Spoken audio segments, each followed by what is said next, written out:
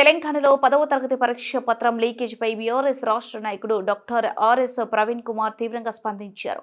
కాగజ్ నగర్లో జరిగిన ప్రెస్ మీట్లో ఆయన మాట్లాడుతూ పరీక్షల నిర్వహణలో ప్రభుత్వ వైఫల్యం స్పష్టంగా కనిపిస్తుందని విమర్శించారు. పరీక్షల నిర్వహణలో పూర్తిగా వైఫల్యం, పరీక్ష కేంద్రాలు, భద్రత వ్యవస్థ పూర్తిగా విఫలమైందని ప్రవీణ్ కుమార్ అన్నారు. లీకేజీని ప్రశ్నిస్తే ప్రతిపక్షాలపై కేసులు పెట్టడం ఏంటని నిలదీశారు. పోలీసులు, అధికారులు, ఇన్విజిలేటర్లు అందరూ ఉండగా పేపర్ లీకేజ్ ఎలా జరిగింది, నిందితుడు వెనుక ఎవరున్నారు అని ప్రశ్నించారు. కేటీఆర్పై ఎస్సీ ఎస్టీ అట్రాసిటీ కేసుపై స్పందన. కేటీఆర్పై ఎస్సీ ఎస్టీ అట్రాసిటీ కేసు పెట్టడాన్ని ప్రవీణ్ కుమార్ తప్పుపట్టారు. 125 అడుగుల అంబేద్కర్ విగ్రహం పెట్టినందుకు, దళిత బంధు అమలు చేస్తున్నందుకు, గురుకులాలు స్థాపించినందుకు కేసు పెట్టారా అని ఆయన ప్రశ్నించారు. అట్రాసిటీ కేసు అసలు ఎవరిపై పెట్టాలో చూస్తే 80 మంది గురుకుల విద్యార్థులు మరణానికి బాధ్యులైన రేవంత్ రెడ్డి ప్రభుత్వంపైనే కేసు నమోదు చేయాలని డిమాండ్ చేశారు. అదేవిధంగా మరి ఈ పేపర్ లీకేజ్ వ్యవహారం వెనుక మరి విద్యాశాఖ మంత్రి మీరే కదా రేవంత్ రెడ్డి గారు, మరి దీని మీద పూర్తి స్థాయి విచారణకు ఆదేశించి దీని వెనుక ఎవరున్నారు, ఆ వేముల వీరేశం గారి మనుషులు ఉన్నారా లేకపోతే ఎవరు మనుషులు ఉన్నారు అనేది క్లియర్గా మీరు మరి పూర్తి స్థాయి విచారణకు ఆదేశించి వాళ్ళ మీద కేసులు పెట్టి దీని లోతుల్లోకి పోవాలి కదా.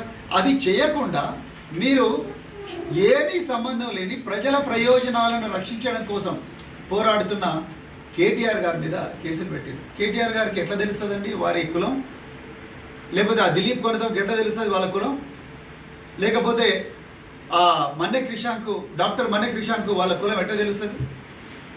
ఒకవేళ తెలిసినా కూడా వాళ్ళని కులం పేరుతో ఏమన్నా దూషించిండు ఆయన. ఆ విద్యార్థుల్లో కూడా ఎస్సీ ఎస్టీ విద్యార్థులు ఉన్నారు కదా, మరి వాళ్ళ ప్రయోజనాల గురించి కూడా కొట్లాడుతున్నారు కదా. ఆ విషయం వీళ్ళకు గుర్తుకు రావడం లేదా?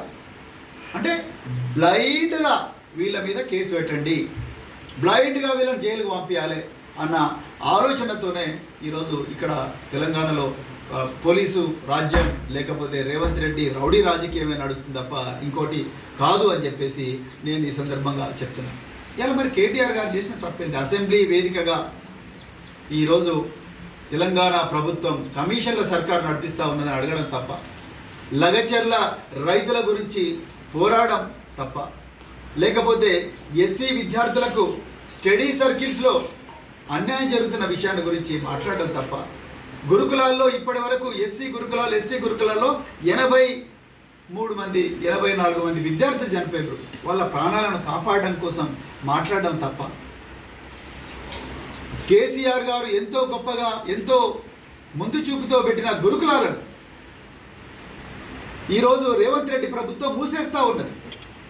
వాటికి అద్దె కూడా చెల్లించడం లేదు.